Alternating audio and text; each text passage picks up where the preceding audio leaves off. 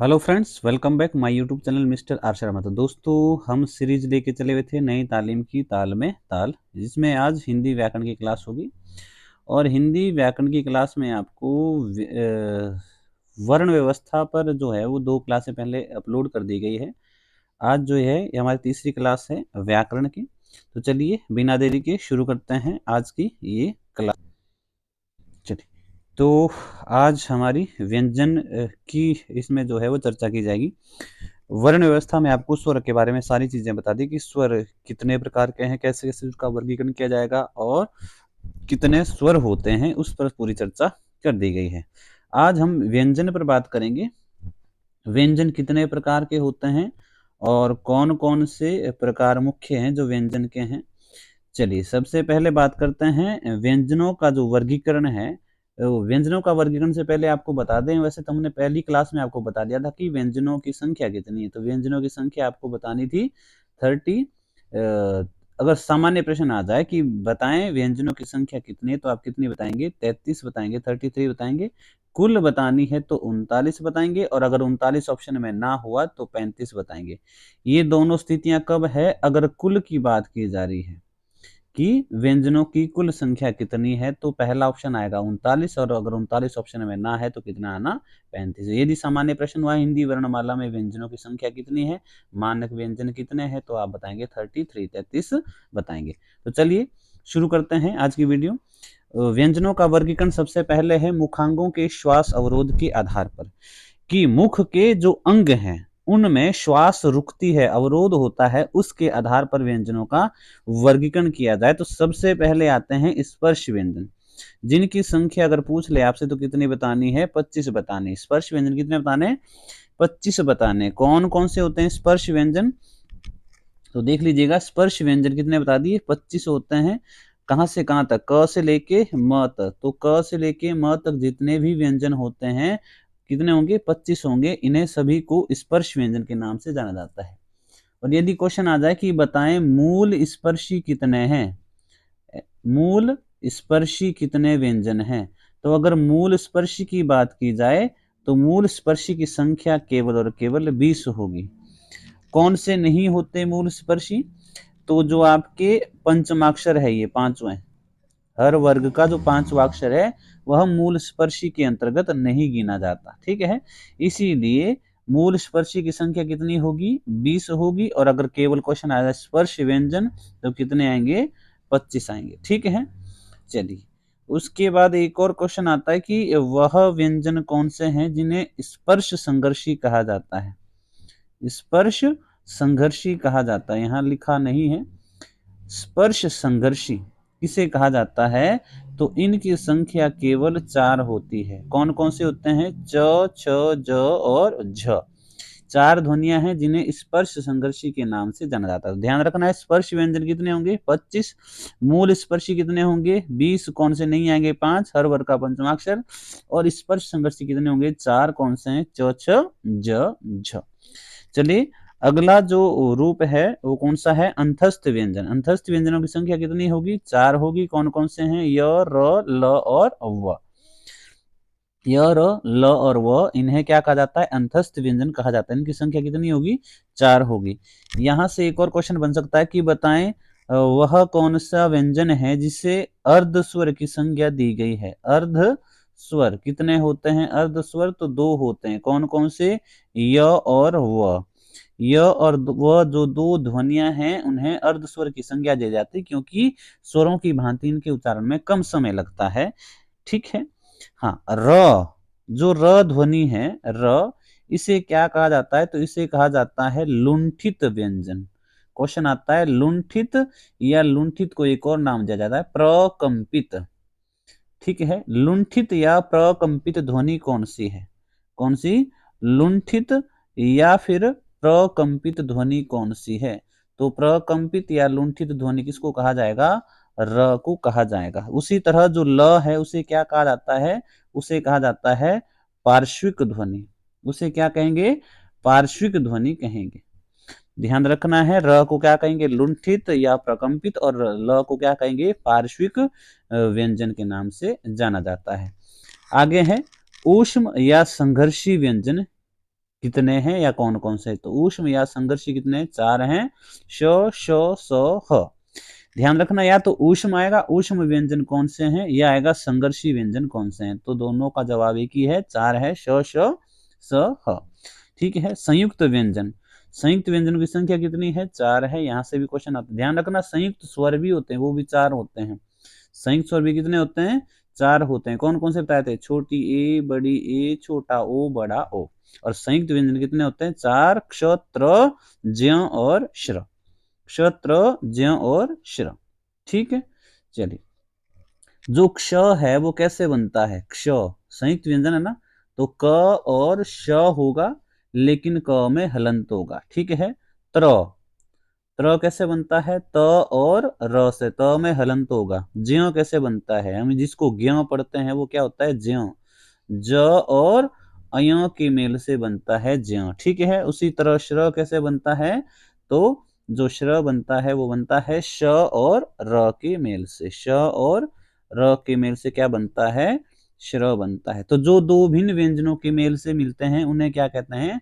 संयुक्त व्यंजन कहा जाता है। और उसी तरह द्वित्व व्यंजन, यहाँ मैंने खाली छोड़ा, द्वित्व व्यंजन किसे कहते हैं? जब संयुक्त व्यंजन क्या होगा? जैसे हम लिख रहे हैं क्या, तो इसमें क आधा है, य पूरा है, तो ये क्या कहलाएगा? संयुक्त व्यंजन कहलाएगा। लेकिन द्वित्व व्यंजन क्या होगा? जब एक ही व्यंजन दो बार आएगा। जैसे कह रहे हैं दिल्ली, तो दिल्ली में ल डबल आया। ठीक है। बच्चा, बच्चे में च डबल आया। एक बार आधा, एक बार पूरा। जब एक बार आधा, एक बार पूरा, इस तरह से व्यंजन का क्रम हो, तो इसे क्या कहते हैं? द्वित्व व्यंजन कहा जाता है। उसके बाद है उत्क्षिप्त द्विगुण, उत्क्षिप्त या द्विगुण व्यंजन। तो दो ध्वनियां हैं। जैसे आप लिखते हैं सड़क, तो ये वाली ध्वनि होगी, एक होगी पढ़ना या पढ़ाई। ठीक है। तो इसमें जो अढ़ है, इसमें जो अड़ है, ये दोनों ध्वनियां क्या कहलाती है? उत्क्षिप्त या द्विगुण के नाम से जानी जाती है। उसके बाद अगला है नासिकीय व्यंजन। नासिकीय व्यंजन जिसका उच्चारण ह जो है वो नासिका के साथ भी हो, मतलब श्वास जो है नासिका से भी निकले। तो हर वर्ग का पंचमाक्षर, जैसे क ख ग घ ङ च छ ज झ ञ ट ठ ड ढ ण त थ द ध न प फ ब भ म। तो ये पांचों ध्वनियां हैं, इन्हें हम नासिकीय व्यंजन के नाम से जानते हैं। और आखिरी में कौन सा है? विशिष्ट व्यंजन, जो आपको बताया था, जिसका उच्चारण जिसका उच्चारण क्या होगा? अल होगा। ठीक है। ल की भांति ही होता है।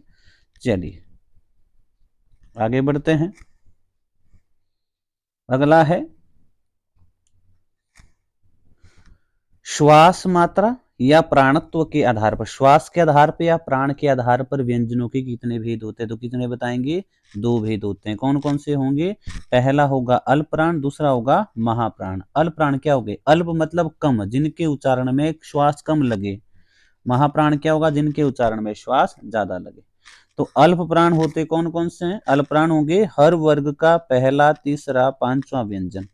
अल्प प्राण कौन से होंगे? हर वर्ग का तीसरा, चौथा, पहला, तीसरा, पांचवा। अल्प प्राण कौन से होंगे? पहला, तीसरा, पांचवा वर्ण तथा अंतस्थ व्यंजन। अंतस्थ व्यंजन बता दिया आपको कौन से होते हैं? य, र, ल और व। ठीक है। य, र, ल, व ये अंतस्थ व्यंजन है। और हर वर्ग का पहला, तीसरा, पांचवा क्या होंगे? अल्प प्राण। जैसे मैंने यहाँ लगाया हुआ है, जैसे क वर्ग है ये, तो क वर्ग में पहला क है, तीसरा ग है, चौथा पांचवा ग है। तो ये क्या होंगे? जो ये ग्रीन ग्रीन से किए हुए हैं, ये सारे क्या हैं? अल्प प्राण हैं। हर वर्ग का पहला, तीसरा, पांचवा जो है वो किसके अंतर्गत आता है? अल्प प्राण के अंतर्गत। और कौन से आएंगे? अंतस्थ व्यंजन आएंगे, य, र, ल, व। महाप्राण में महा मतलब ज्यादा, जिनमें श्वास ज्यादा लगे, महाप्राण। हर वर्ग का दूसरा और चौथा जो बीच में ब्लैक वाले हैं, ये क्या आएंगे? महाप्राण आएंगे। साथ में ऊष्म व्यंजन। ऊष्म व्यंजन कौन से बता दिए? श, श, स, ह। ठीक है। श, श, स, ह ये क्या होते हैं? ऊष्म व्यंजन। तो ऊष्म व्यंजन क्या होंगे? महाप्राण। अंतस्थ व्यंजन क्या होंगे? अल्पप्राण। हर वर्ग का पहला, तीसरा, पांचवा अल्पप्राण और दूसरा, चौथा महाप्राण के अंतर्गत आते हैं।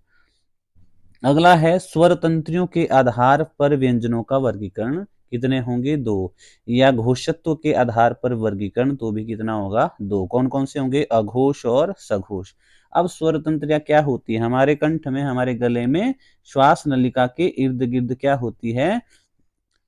स्वर तंत्रियां होती है। ठीक है, जब किसी वर्ण का उच्चारण करते हैं तो किन्हीं वर्णों के उच्चारण में स्वर तंत्रियां श्वास नलिका से टकराएगी तो उनमें कंपन होगा। जब कंपन होगा तो सघोष ध्वनियां उत्पन्न होगी, और जब कंपन नहीं होगा तब क्या होगी? अघोष ध्वनियां। जब स्वर तंत्रियों में कंपन होगा तो सघोष या घोष, और जब कंपन नहीं होगा तो अघोष कहलाएगी। ठीक है, अघोष में कौन से आएंगे? हर वर्ग का पहला और दूसरा वर्ण, हर वर्ग का पहला और दूसरा, जैसे मैंने नीचे किया हुआ है क ख ग घ ग, तो इसमें पहले दो ध्वनियां हैं वो क्या है? अघोष के अंतर्गत आएगी। उसी तरह हर वर्ग का च छ ट ठ प फ त थ, ठीक है, ये क्या होंगे? ये सारे अघोष होंगे। तथा श श स, यहाँ ह नहीं आएगा, ध्यान रखना है। श श स ये अघोष है। और सघोष या घोष जिनके उच्चारण में क्या होता है? कंपन होता है, घर्षण होता है, वह होगा हर वर्ग का तीसरा, चौथा, पांचवा, जो लास्ट वाले काले अक्षर ग घ ग, ज झ अय, ड़ ढ ण। ठीक है, तो ये जो है तीसरा, चौथा, पांचवा वर्ण हर वर्ग का, वो क्या कहलाएंगे? सघोष या घोष कहलाएंगे। तथा अंतस्थ व्यंजन भी, अंतस्थ व्यंजन कौन से बता दिए? य र ल व, और साथ में ह भी। तो ध्यान रखना है, यहां से मैक्सिमम कई बार जोड़ के बताया जाता है कि ह ध्वनि जो है वो कंफ्यूज ना होना। श श स, यहाँ तीन ही ध्वनि आएगी, ह कहाँ आएगा? सघोष के अंतर्गत आएगा। ठीक है, तो अघोष और सघोष का पता लग गया। इसमें आपने ध्यान रखना है, हर वर्ग का पहला और दूसरा जो व्यंजन है वो अघोष के अंतर्गत आएगा, और तीसरा, चौथा, पांचवा किसमें आएगा? सघोष के अंतर्गत आएगा। ठीक, चलिए अगला जो वर्गीकरण है यहाँ पर यही आ गया, इसको काट दीजिएगा। यहाँ आएगा उच्चारण स्थान के आधार पर वर्गीकरण, उच्चारण स्थान के आधार पर वर्गीकरण। ठीक है, तो इसको देख लीजिएगा, उच्चारण स्थान के आधार पर वर्गीकरण। तो यहाँ सबसे पहले है कंठ्य, कंठ से उच्चारित होने वाली ध्वनि कौन कौन सी है? मुख्य उच्चारण स्थान कितने होंगे? 5 होंगे। कंठ, तालव्य, मूर्धन्य, दंत्य और ओष्ठ्य, ये 5 ध्वनियां हैं, मतलब उच्चारण स्थान प्रमुख है। कंठ्य से, कंठ से उच्चारित होने वाले स्वर हैं अ, आ और विसर्ग। इसमें वर्ग कौन सा आएगा? क वर्ग आएगा, और वर्ग के बाहर की ध्वनि हो आएगी। इसको तालिका को ढंग से समझ लीजिए। उच्चारण स्थान है जैसे कंठ, कंठ से उच्चारित होने वाले पहली तालिका में स्वर होंगे। कंठ से उच्चारित होने वाला वर्ग कौन सा होगा? जैसे क वर्ग है, और वर्ग के बाहर का कोई व्यंजन तो हमने बता दिया ह है। उसी तरह तालव्य में छोटी ई और बड़ी ई स्वर में आएंगे, वर्ग कौन सा आएगा? च वर्ग आएगा, वर्ग के बाहर की ध्वनियां य और श आएगी। मूर्धन्य में स्वर कौन सा आएगा? री आएगा, वर्ग कौन सा आएगा? ट वर्ग आएगा, और वर्ग के बाहर की ध्वनि र और श है। उसी तरह दंते में स्वर कोई नहीं आएगा, वर्ग कौन सा आएगा? त वर्ग आएगा, वर्ग के बाहर की ध्वनि स और ल होगी। उसी तरह लास्ट में ओष्ठ्य बचता है, स्वर कौन से होंगे? छोटा ऊ, बड़ा ऊ, वर्ग कौन सा होगा? प वर्ग होगा, वर्ग के बाहर की कोई ध्वनि नहीं है। कुछ ध्वनियां, कुछ उच्चारण स्थान ऐसे होंगे, कुछ सॉरी वर्ण ऐसे होंगे जो दो दो उच्चारण स्थान को स्पर्श करेंगे, जैसे जो कंठ और तालु दोनों को स्पर्श करता है, ऐसी ध्वनियां छोटी ए और बड़ी ए।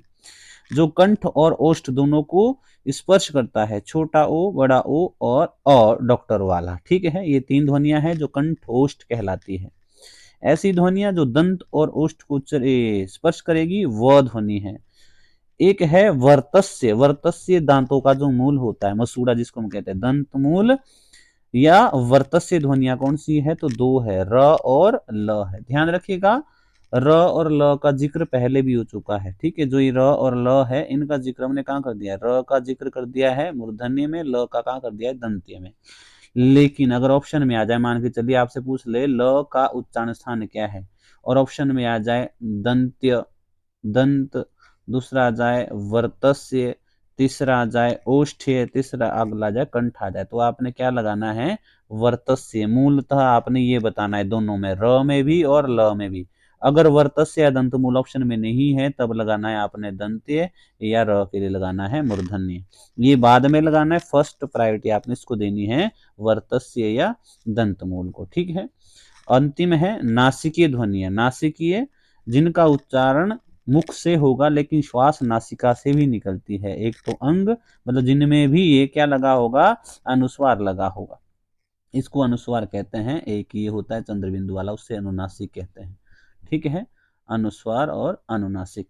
तो ध्यान रखना, जिनमें भी अनुस्वार लगा होगा, अनुनासिक लगा होगा, ऐसे सभी स्वर और साथ में हर वर्ग का पंचमाक्षर ग। ठीक है, क ख ग घ ङ च छ ज ज ञ ट ठ ड ढ ण त थ द ध न प फ ब भ म, ये पांचों व्यंजन किसमें आएंगे, ये भी नासिका के अंतर्गत आएंगे। अब जैसे मान के चलिए आपसे क्वेश्चन पूछ ले कि ग का उच्चारण स्थान क्या है, ऑप्शन आ जाए कंठ, क्योंकि हमने यहाँ पढ़ लिया है क वर्ग सारा किसमें आएगा, कंठ के अंतर्गत आएगा, क ख ग घ ग। और ऑप्शन में दूसरा आ जाए नासिकीय। ठीक है, तीसरा दो चार और दो तीन दो एक और आ जाए, तो आप क्या लगाएंगे, नासिकीय लगाएंगे, ना कि कंठ लगाएंगे। इनमें भी आपने ध्यान रखना है, प्राथमिकता किसको देनी है, नासिकीय को देनी है। और यदि नासिकीय ऑप्शन में नहीं है तो जो आपके पास ये वाले वर्ग के दिए गए हैं इनमें से आप लगा सकते हैं। ठीक है, तो चलिए ये रहा हमारा व्यंजनों का वर्गीकरण। अगला जो हमारी वर्ण व्यवस्था है वो लगभग हमारी समाप्त हो चुकी है।